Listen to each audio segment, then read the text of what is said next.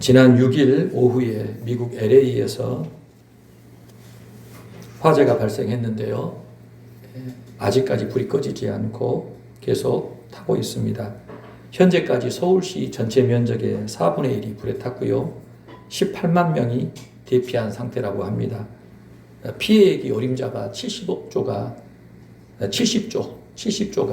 넘는다라고 해요.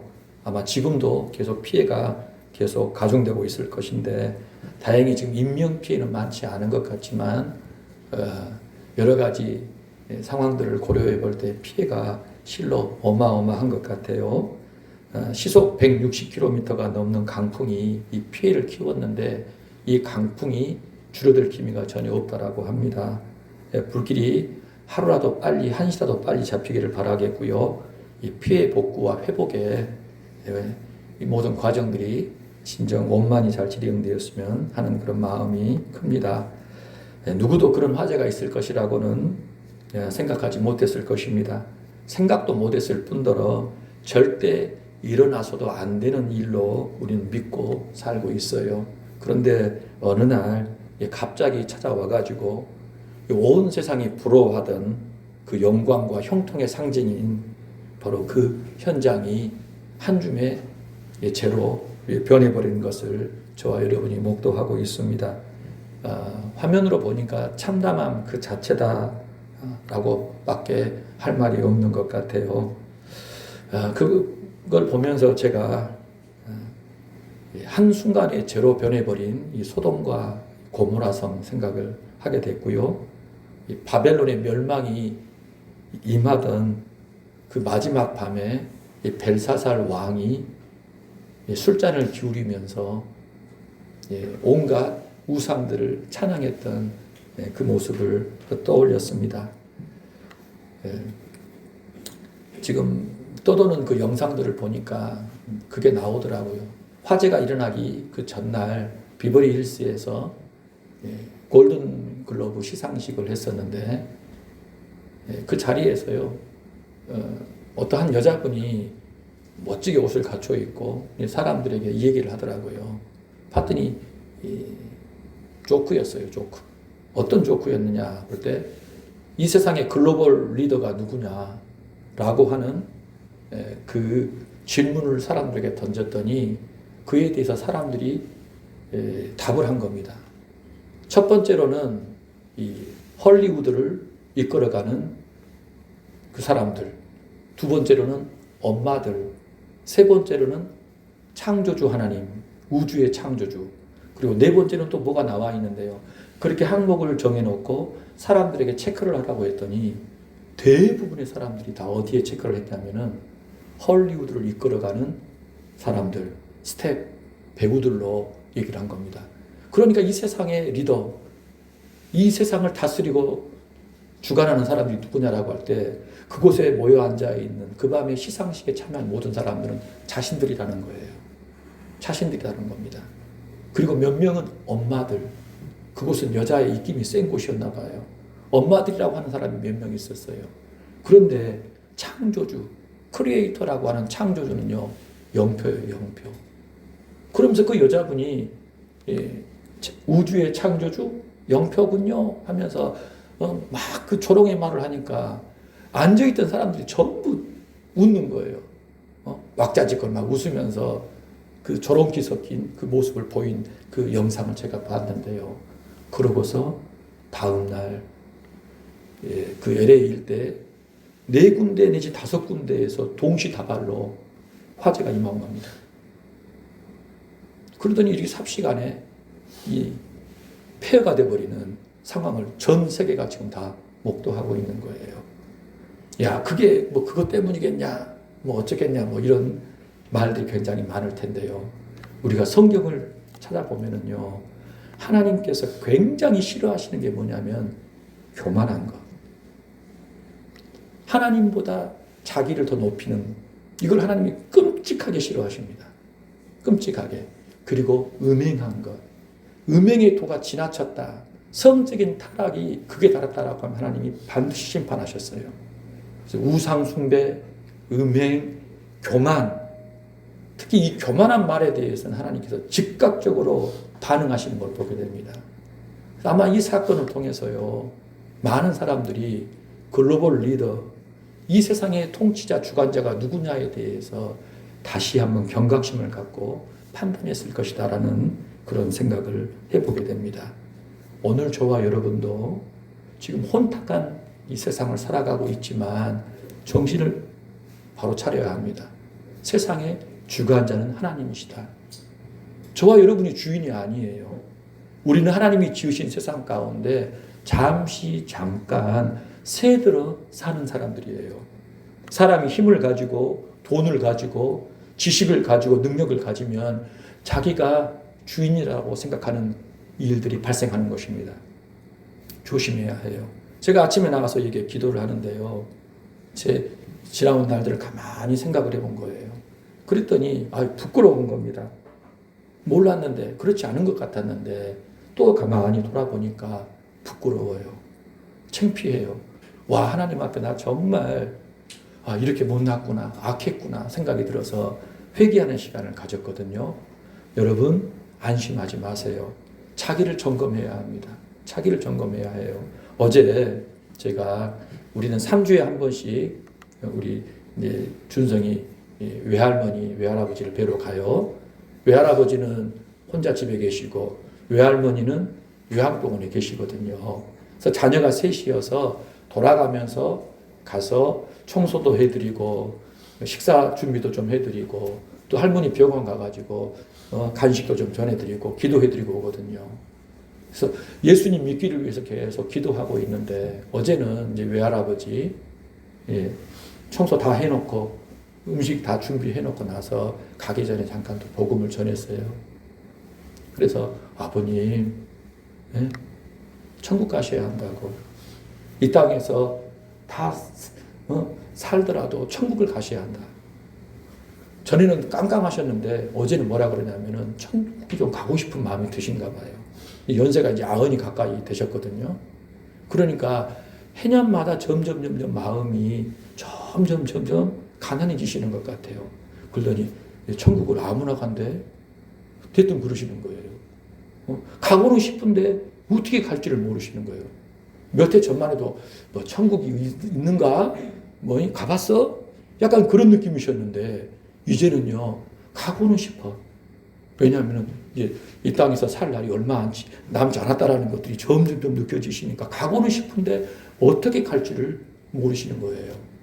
예수님만 믿으면 돼요. 예수님만 믿으면 하나님께서 천국 보내주신다라고 했어요. 그렇게 얼른 딱 전하고 나왔어요. 또 외할머니한테도 가서 그렇게 기도해드렸어요. 기도할 때 그 복음을 담아가지고 기도해드리고 왔거든요. 오늘 저와 여러분은요, 이 땅에서 삶을 진행할 때 아무 생각 없이 살아서는 안 됩니다. 지금 세상이 호락호락하지 않아요. 제가 아침에 공부하면서도 그런 얘기를 했어요. 저는 요즘에 애진이, 선우, 준성이가 걱정이 됩니다. 목사 자녀들인데 뭘 걱정을 해요? 믿음 갖고 있지요? 아니요. 제가 여기까지 온 시간들을 가만히 보니까요. 제가 위험천만했던 시간들이 있더라고요. 신앙적으로. 저도 교회 안 다닌 적이 제법 있었어요. 사춘기 때도 있었고 정말 고등학교 때는요. 나 건들기만 해봐라. 눈이 막 이래가지고 공부도 잘하고 막 또 제가 좀 야문 척 했나 봐요. 그러니까 친구들이 많이 따랐어요. 그러니까 유혹도 많이 했었고. 그런데 지금 와서 가만히 돌아보니까 내가 믿음으로 돌아온 게 정말 기적이구나 싶은데 앞으로 세상이 갈수록 험해질 터인데 우리 애들은 그런 어려운 시간들이 반드시 올 터인데 그때 믿음을 붙잡을 수 있을까? 곁에 누가 있을까? 기도가 되더라고요. 하나님 지켜주세요.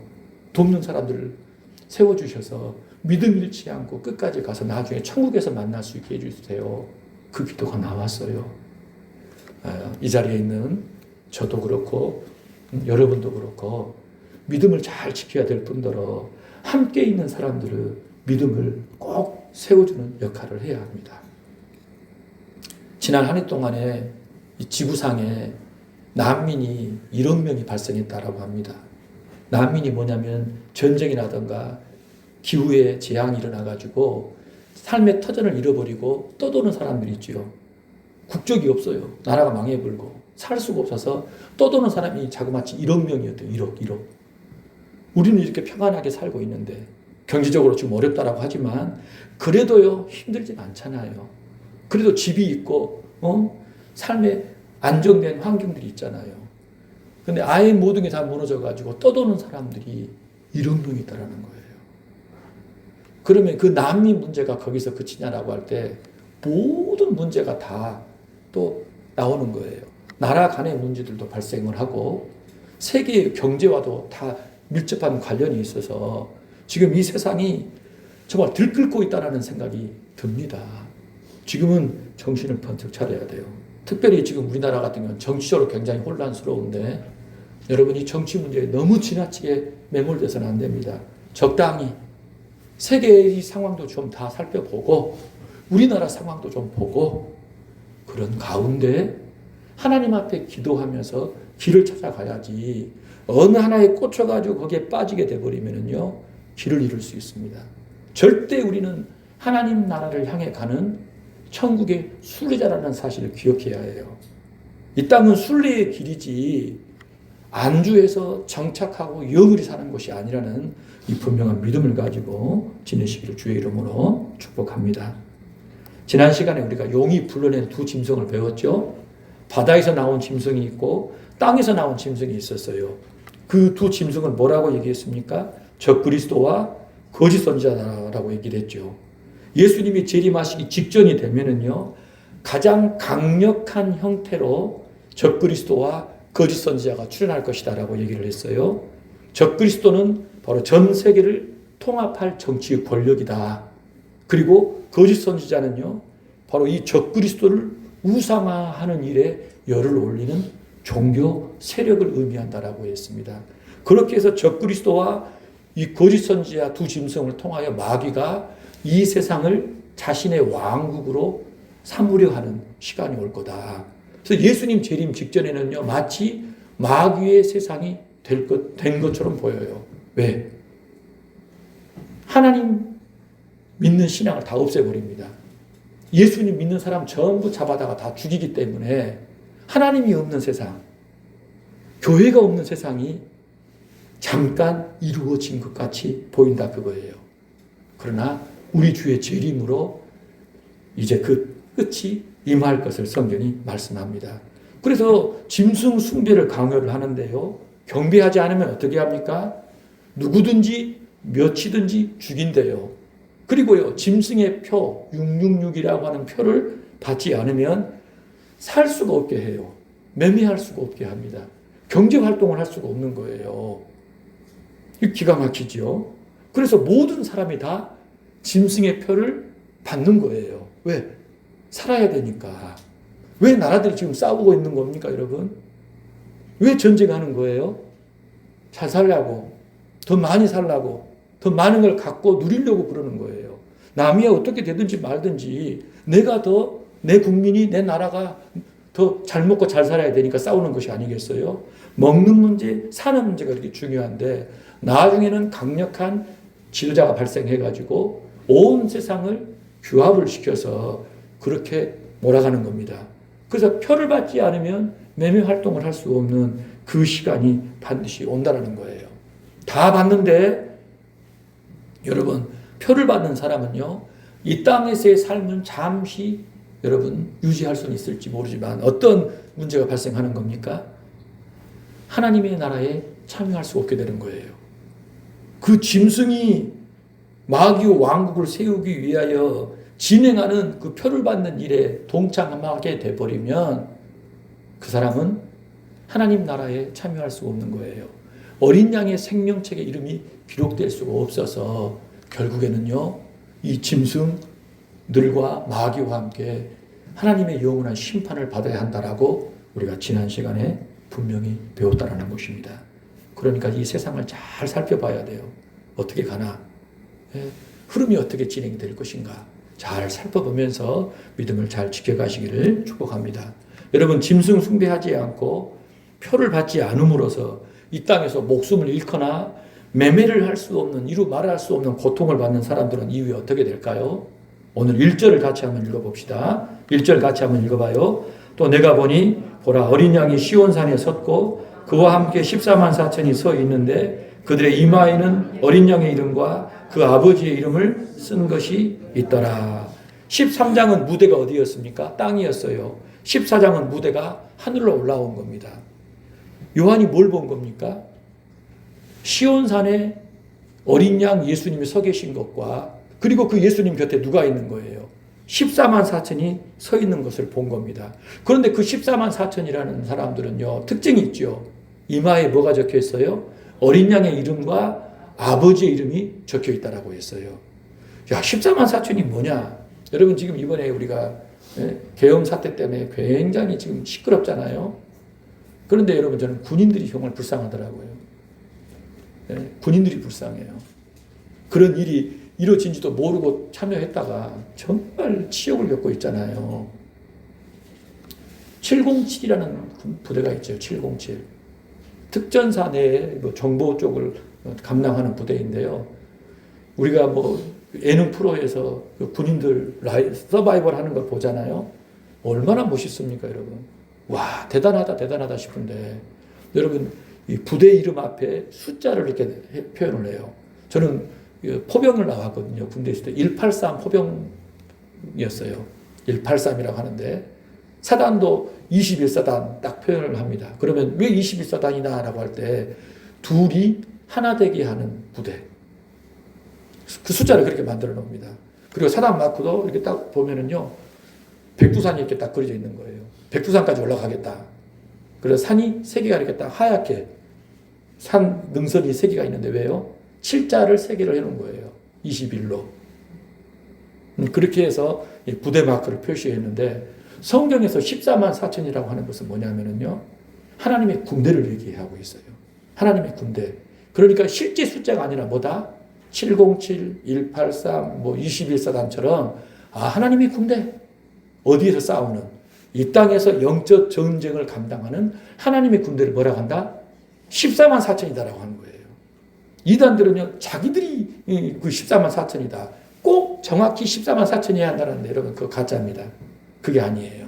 14만 4천은 예수님을 믿고 이 땅에서 믿음의 선한 싸움을 싸우는 모든 성도들, 그들이 전투하는 영적인 군대로서 14만 4천이다라고 얘기하는 것입니다. 아멘. 자, 우리 6장으로 한번 가볼까요? 자, 6장으로 가보시기 바랍니다. 자, 6장 15절부터 보세요. 어떤 내용이 나오죠?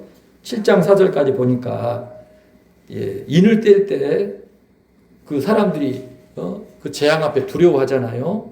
그러면서 어린 양의 진노와 보좌에 앉으신 분의 진노에서 면할 자가 누굴까 막 두려워 떨면서 살려달라고 하면서 그 얘기를 하는데 그 진노의 큰 날에 그 진노를 면할 자가 누구라고 얘기합니까? 7장에 딱 들어오니까요. 하나님의 인을 맞은 자가 나오잖아요. 그렇지요. 그 이마에 인을 맞은 그 사람들이 하나님의 진노를 면하고 영광에 참여할 자다. 그렇게 얘기를 합니다. 근데 그 인 맞은 사가 몇 명이에요? 14만 4천이다. 그래서 지파별로 12,000명씩 12지파. 하나님의 백성의 군대. 그것을 전투하는 교회를 14만 4천이다. 우리가 그렇게 표현했죠. 자, 그리고 9절부터 보세요. 9절부터는 어떤 내용이 나옵니까? 각 나라와 족속과 백성과 방언에서 아무도 셀 수 없는 큰 무리가 등장을 하지요. 그렇지요. 흰옷 입고 종려가지 들고 보좌 앞과 어린 양 앞에 서서 찬양을 합니다. 그렇지요. 자, 13절에 보니까 이 사람이 누구냐라고 물어보니까 14절에 큰 환란에서 나오는 자들인데 어린 양의 피에 그 옷을 씻어 희게 했다. 그리고 그들이 이제 이후에 하나님 보좌 앞에 있고 성전에서 하나님을 섬기고 보좌에 앉으시니까 그들을 위해 장막을 치시더니 줄이지도 않고 목마르지도 않고 해나 아무 뜨거운 기운에 상하지도 않고 보좌 가운데 계신 어린 양이 그들의 목자가 되시고 생명수 샘으로 인도하시며 하나님께서 그들의 모든 눈물을 씻어주실 것입니다. 그렇게 얘기를 합니다. 14만 4천이 있었는데 그 사람들은 인을 어디서 맞았어요? 땅에서 맞은 겁니다. 그리고 각 나라와 족속과 백성과 방언에서 흰옷 입고 찬양하는 무리 큰 환난을 통과하여 어린 양의 피에 씻음받은 그 무리는 어디에 있어요? 보좌 앞에. 그러니까 이 땅에서 여러분 교회와 성도가 하나님의 일을 맞은 14만 4천이라는 얘기고, 그들은 하늘로 올라가면 모든 나라와 족속과 방언 가운데서 모여든 찬양하는 무리, 어린 양의 피로 씻음받은 구원받은 하나님의 백성들을 이야기하는 것입니다. 아멘. 그러니까 이 7장 한 본문 안에서 전투하는 교회와 전투를 마치고 승리한 교회를 함께 묘사하고 있는 거예요. 땅에서는 14만 4천이고 하늘에서는 찬양하는 승리한 무리에 속한다는 것입니다. 누가요? 교회와 성도가 그렇다라는 것입니다. 아멘. 자, 본문에 시온산이 나오죠. 오늘 본문으로 돌아오세요. 자, 14장으로 오셔서 시온산에 어린 양이 서 계신다라고 했죠. 시온산이 어디냐 우리가 궁금해할 수 있는데, 여러분 시온산은요 예루살렘이 세워져 있는 산을 의미해요. 예루살렘이 도성이거든요. 성이거든요. 이 성이 어디에 세워졌냐면 시온산 위에 세워진 거예요. 아멘. 그래서 시온이다, 시온산이다 라고 하면 예루살렘과 같이 이해를 해도 무방한 겁니다. 그래서 예루살렘이라고 하는 성은 제가 여러 번 말씀을 드렸습니다만 다윗 때문에 유명해졌잖아요. 다윗이 왕이 되고 난 다음에 왕의 성으로 만든 곳이 예루살렘이에요. 그래서 자기는 내가 왕이 아니야, 하나님이 왕이야 라고 생각해서 법궤를 모셔놓은 겁니다. 그래서 왕이 날마다 틈만 나면 법궤 앞에 나가서 하나님 앞에 기도하고 찬양하는 일을 했어요. 하나님이 왕이시다라고 생각을 했어요. 그리고 그 아들 때 그곳에 성전을 짓는 겁니다. 하나님의 성전을. 그래서 예루살렘에는요 다윗 성도 있고 하나님의 성전도 있는 거예요. 그래서 예루살렘이라는 것은 뭐 하는 곳이냐라고 하면 하나님이 왕이 되셔서 통치하시는 세상을 함축하고 있는 것입니다. 그런데 실제 역사 속에서 예루살렘은요 범죄의 도시였어요. 죄를 그렇게 끊임없이 지어서 하나님 앞에 매를 굉장히 많이 맞고 파괴되었다가 회복했다가 파괴됐다가 회복되는 일을 수도 없이 반복한 비극의 현장이었던 것입니다. 그런데 하나님께서는요 예루살렘을 완성하실 날이 있대요. 예루살렘 시온이 이제 더 이상 괴롭힘 당하지 않고 유린당하지 않고 영광 가운데 찬란하게 빛나는 날이 올 것을 얘기하십니다. 그때가 언제일까요? 예수님이 재림하실 때. 예수님이 재림하시면 이루어질 그 새 하늘과 새 땅을 뭐라고 표현했어요? 다윗 왕국, 새 예루살렘, 시온산이라고 얘기한 겁니다. 지금 예수님이 시온산에 서 계신다라고 하는 것은 지금 하늘에 계시는 거예요. 그곳에서 14만 4천과 함께 지금 서 계시는데 14만 4천의 그 이마에는요 이름이 적혀 있는 거예요. 여러분 모르겠지만은요 예수님 믿는 사람은요, 예수님의 구주를 믿는 사람은요 그 인상이 달라요. 참 신기해요. 저는 좀 딱 보면은 알 것 같아요.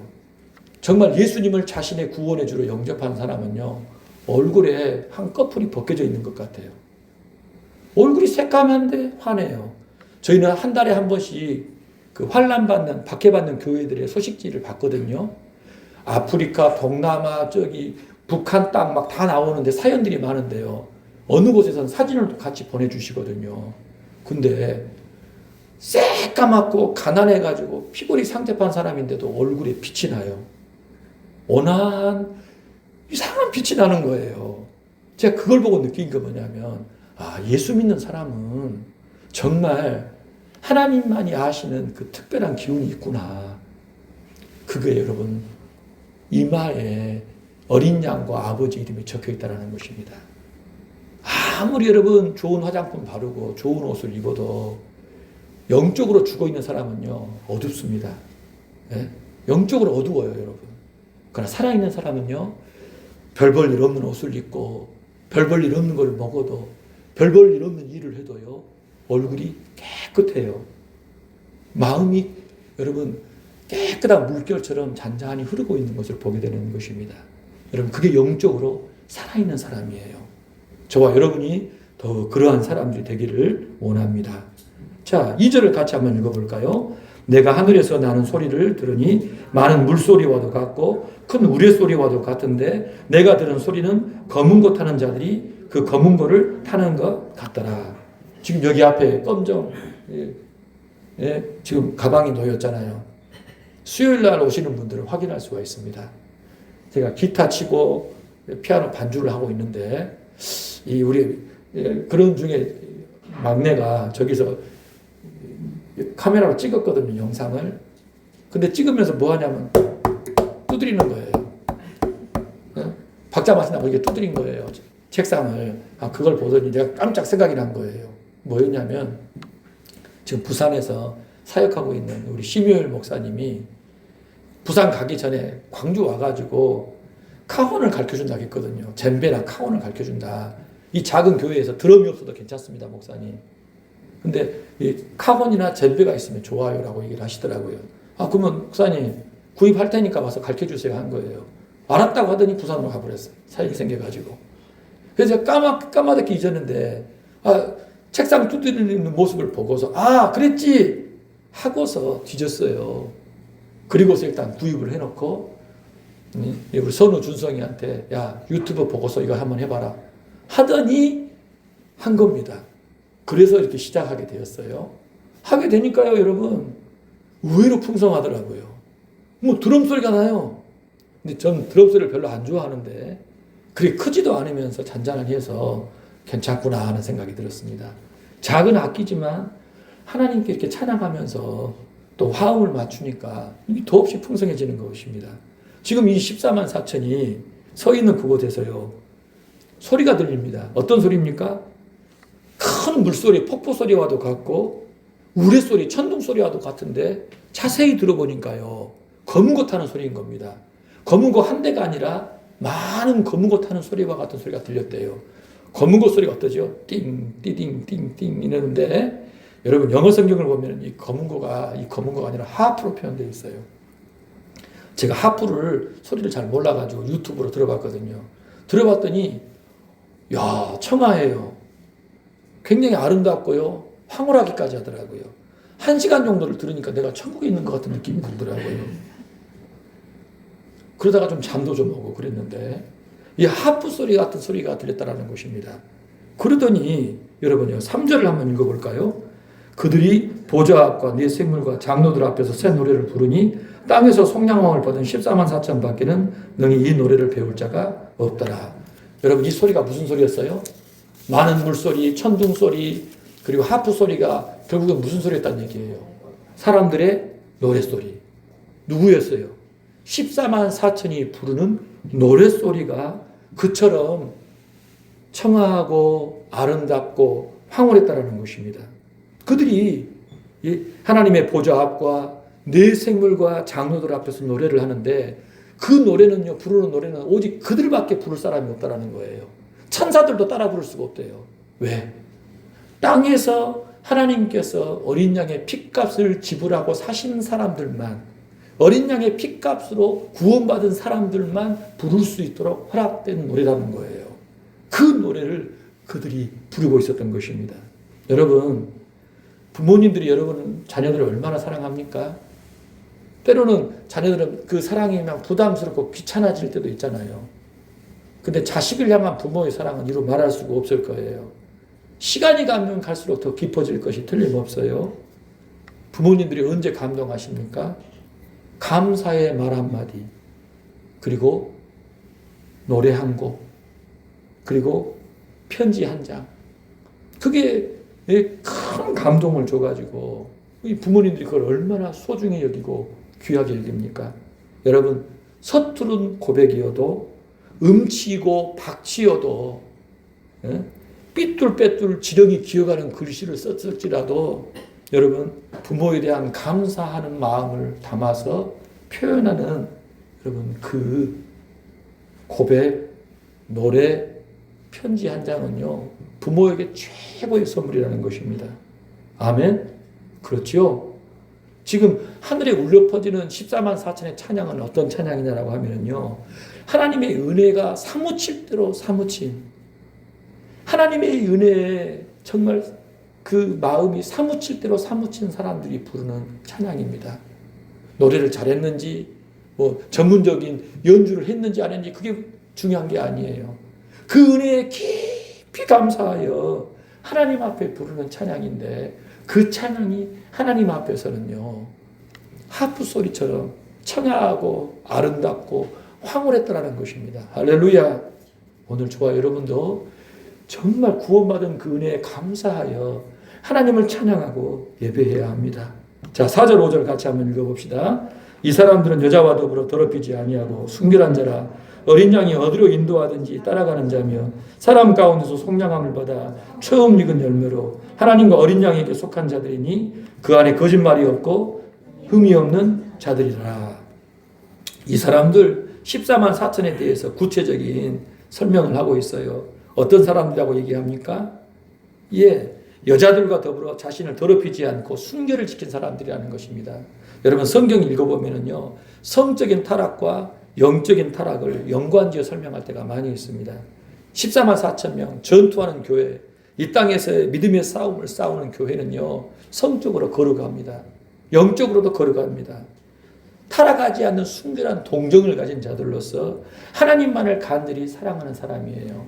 여러분 예수 믿고 성적인 타락 속에 사로잡혀가지고 살아가는 건 하나님이 절대 기뻐하지 않습니다. 거룩하고 깨끗해야 합니다. 자, 그리고 14만 4천은요 어떤 특징을 가지고 있죠? 어린 양이 어디로 인도하든지 따라가는 사람들입니다. 아침에 공부할 때 잠깐 그 얘기를 드렸어요. 2025년이 시작이 됐어요. 지금 나라 경기가 굉장히 어렵잖아요. 여러분 길거리 한번 지나가 보세요. 우리 학생들도 한번 보세요. 임대 딱지가 붙은 가게들이 얼마나 많습니까? 부모님들 굉장히 지금 힘든 상황입니다. 굉장히 힘들어요. 2025년 어떤 일이 벌어질까? 혹시 전쟁은 일어나지 않을까?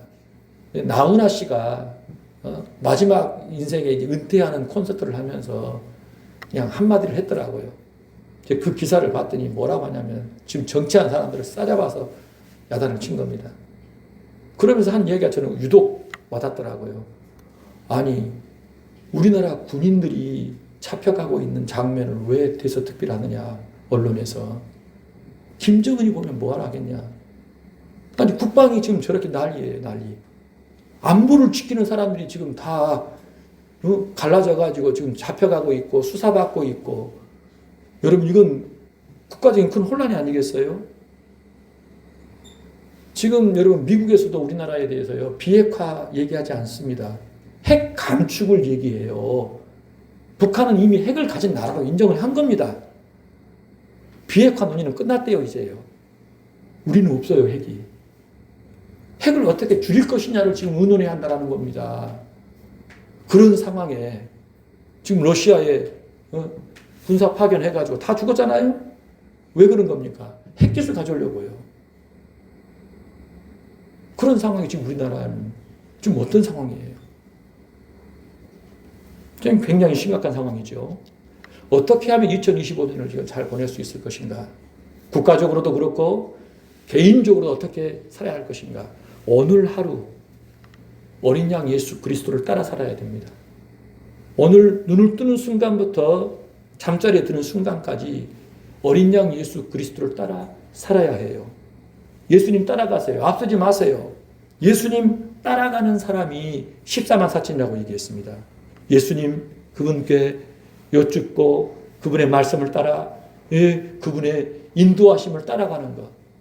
가정에서, 학교에서, 직장에서 또 누구를 만나러 가는 그 자리에서 어디에서든지 간에 어린 양을 따라가는 하루를 살면 2025년 하나님의 보호 속에 돌봄 속에 승리할 줄로 믿습니다. 이 세상이 뭐 어떻게 문제가 생기고 어떤 난리가 벌어질지라도 어린 양 예수 그리스도를 따라가는 그 사람은 하나님이 눈동자같이 지켜주시고 돌봐주십니다. 아멘. 그렇게 사시기를 주의 이름으로 바랍니다. 자, 14만 4천은 또 어떤 사람입니까? 사람 가운데서 속량받아 처음 익은 열매로 하나님과 어린 양에게 속한 사람들이라 얘기합니다. 첫 열매로 바치렸다라는 얘기가 뭐냐면요. 이스라엘 사회에서 사람이나 가축이나 처음 태어난 것, 곡식에 처음 맺은 열매는 너무너무 귀한 거예요. 한 해 농사의 첫 생축 그리고 열매는 너무 귀해서요. 자기가 먹지 않습니다. 이스라엘에서. 누구에게 바쳐요? 하나님께 바쳐요. 왜? 너무 귀하고 소중하고 감사하니까. 그런데 이 14만 4천은 하나님 앞에 그렇게 거룩하게 구별되어 바쳐진 재물과도 같은 사람들이란 얘기예요. 왜요? 땅에서 구속받았다는 거예요.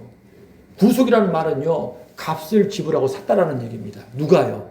하나님이 바로 그 사람을 값을 지불하고 하나님의 소유로 삼았기 때문에 너무너무 귀한 자들이요. 그래서 하나님이 그들을 제물로 받으시는 거예요. 그들도 그 은혜에 감사해서 자신을 제물로 바친다는 것입니다. 자, 그리고요, 14만 4천은 그 입에 뭐가 없습니까? 거짓말이 없다라고 얘기합니다. 제가 인생을 지금 여기까지 살아오면서 이제 깨달은 바가 있어요. 아, 이 세상은 정말 거짓이 가득 차구나. 거짓말 안 한 사람은 세상에 있다 없다? 없다. 얘들아, 목사님 믿지 마. 목사님도 거짓말 하는 사람이야. 회개해. 예수님 잘 믿어도 거짓말 합니다. 이 세상은요, 거짓이 범람한 세상입니다. 우리는 거짓을 토해내고 있어요. 거짓으로 호흡하고 있는 거예요. 거짓이 가득한 겁니다. 왜 그럴까요? 마귀가, 거짓을 만들어낸 마귀가 다스리는 이 세상이기 때문에 이 거짓이 가득한 겁니다. 예수님 믿는 사람도 거짓 속에서 살아가고 있는 게 사실 이 세상의 삶인 거예요. 그런데요, 예수님 믿는 사람은 특징이 한 가지 있어요. 거짓으로부터 점점 더 멀어지는 사람입니다. 남을 속이는 것, 그 거짓으로부터 점점 더 시간이 가면 갈수록 더 멀리 떠나는 사람이에요. 왜요? 하나님께 속했기 때문에, 성령님의 통치를 받기 때문에 거짓이 점점점 떠나가는 사람. 그래서 거짓으로부터 점점 더 자유로워지는 사람이 누구냐라고 하면은 예수님 믿는 사람입니다. 그 사람이 바로 14만 4천이라는 거예요. 자, 오늘 저와 여러분이 신앙생활 하고 있어요. 내가 작년보다 거짓말을 더 많이 하는지 적게 하는지를 한번 생각해 보시기 바랍니다. 그냥 불편하니까, 귀찮으니까, 번거롭지 않으려고 우리는 거짓말을 하는데, 여러분, 그것마저도 거부해야 합니다. 그것마저도 거부해야 돼요. 제가 얘기 하나 할게요. 제 남동생이 한 2주 정도 병원에서 치료를 받았더랬어요. 몸이 안 좋아져가지고 치료를 받았는데, 곽권사님이 하시면 안 되니까 거짓말을 했어요, 제가. 아주 새빨간 거짓말, 뻔뻔하게 했어요. 저만 했을까요? 아내에게도, 그리고 애진이 손우 준성에도 거짓말을 강요를 해서 거짓말을 한 겁니다. 왜요? 곽권사님이 아시게 되면 큰일 날 것 같아가지고, 그냥 모른 척하고 전혀 제가, 병원 가면서 병원 안 가고 딴 데 간 것처럼 그렇게 은밀하게 거짓말을 했더랍니다. 드러났을까요? 안 드러났을까요? 이제 태어날 때 다 드러났는데, 거짓말 하면서도 마음이 안 좋았어요. 그런데 남동생 집에서도요, 거짓말을 해야 되냐 말아야 되냐 갈등을 한 겁니다. 재수 씨가 어머니한테 전화하면 아주머니 어떻게 할까요? 난 몰라요. 우리는 거짓말 했어요. 재수 씨는요, 딸들한테 전화하면 어떻게 할까요? 했는데 딸들까지도 다 어떻게 해요? 아예 전화를 안 받아버렸대요. 할머니 전화를. 거짓말 하기 싫어가지고. 우리는 거짓말을 했는데 남동생네는 거짓말 안 하려고 아예 전화를 안 받았다는 거예요. 그래서 제가 한 얘기가, 우리는 거짓말했지만 너네들은 버릇없는 것들이요. 전화를 안 받아? 그렇게 이제 우스갯소리를 했는데, 살다 보니까 거짓말을 안 할 수가 없어요. 거짓말을. 아무쪼록 그럼에도 불구하고 예수님 믿는 사람은요, 거짓말로부터 멀어져야 합니다. 할 수 있어요. 할 수밖에 없으면 합니다. 그러나 회개하고 다시 양당 물고 거짓으로부터 멀어져야 되는 줄로 믿습니다. 자, 마지막으로 14만 4천은 어떤 사람들입니까? 흠이 없는 사람이다. 그렇게 말씀하지요. 흠이 없다라는 말이 무슨 말입니까? 가치가 있다라는 거예요. 여러분, 어떤 과일도 그렇고, 물건도 그렇고, 사람도 그렇고, 흠이 있으면 좋아요, 안 좋아요? 안 좋아요. 가치가 떨어집니다. 그렇지요? 먹는 것도, 물건도, 사람도 자꾸 따져보잖아요. 우리 아이들이 이력서를 낼 때 어때요? 흠이 없는 거 그렇게 만들려고 애를 쓰지 않습니까? 안 좋은 거, 흠이 될 만한 것은 아예 다 없애버려요. 다 뺍니다. 얘기도 안 합니다. 나중에 들통나도 그거 적당히 버물려가지고 없는 것처럼 얘기를 하지 않습니까? 흠이라는 것이 그렇게 이 땅에서는 힘든 거잖아요. 그런데 14만 4천은요, 누구 앞에서? 하나님 앞에서 흠이 없는 사람이라는 것입니다. 그러면 어떻게 가능하지? 나는 이미 불가능한데? 나는 흠투성인데? 내 하는 말도 거짓말 많고 생각도 그렇고 하는 행동도 나는 흠이 많은데 나는 어떻게 하나? 나는 14만 4천이 아니냐라고 할 때 여러분 지금 이 14만 4천이 찬양하는 자리가 하늘이에요? 땅이에요? 하늘. 이 땅에서 믿음 생활하는 사람들은요, 하나님 나라에 가게 되면 완전해진 겁니다. 할렐루야. 그러면 이 땅에서의 신앙생활하는 이 시간들은 어떤 의미라는 거예요? 나는 좀 더 잘되고 성공하고 승진하고 넓은 집 가고 더 잘 먹고 잘 사는 것이 인생의 꿈이고 기도의 제목인데 하나님은 그렇게 안 보신다라는 거예요. 어떻게 보신다라는 겁니까? 그 하나님 나라에 흠이 없는 자로 내 인생의 모든 과정들을 진행하신다라는 거예요. 그러니까 신앙생활의 목표가 어디 있습니까? 하나님 보실 때는요. 내가 흠이 없는 14만 4천이 되는 것. 그렇죠. 입에 거짓말도 안 하고 흠도 없고 순결하며 하나님 앞에 기꺼이 바쳐진 산 제물과 같은 사람들이 되는 것이 하나님이 우리를 바라보시고 진행하고 계시는 일들이라는 거예요. 이 말인즉슨 저와 여러분의 신앙과 삶을 하나님 관점으로 맞춰야 한다는 겁니다. 주께 사랑하시는 성도 여러분, 오늘 지금 이 땅 위에서 예수님 믿고 천국을 향해 진행하고 있는 저와 여러분이 14만 4천입니다. 저와 여러분이 이 땅에서 전투하는 교회로 죄와 싸우고 복음을 전하다가 마침내 하나님 계시는 그 영광에 참여하여 구원의 찬양을 드리는 14만 4천이라는 이야기입니다. 하나님께서 우리 한 사람 한 사람을 14만 4천에 속한 사람으로 그 소속, 그 신분에 합당한 영적인 군사로 훈련하고 계십니다. 시간이 갈수록 저와 여러분은 그리스도의 늠름한 군사로 무장이 될 것입니다. 우리의 신앙과 목표, 내용, 진행의 과정이 오늘 본문이 이야기하고 있는 14만 4천에 부합한 자가 되게 하는 그것에 초점이 맞춰져 있다는 사실을 꼭 기억하시기를 바라겠고요. 아무쪼록 14만 4천답게 성장하고 충성하는 올 한 해가 되시기를 주의 이름으로 축복합니다.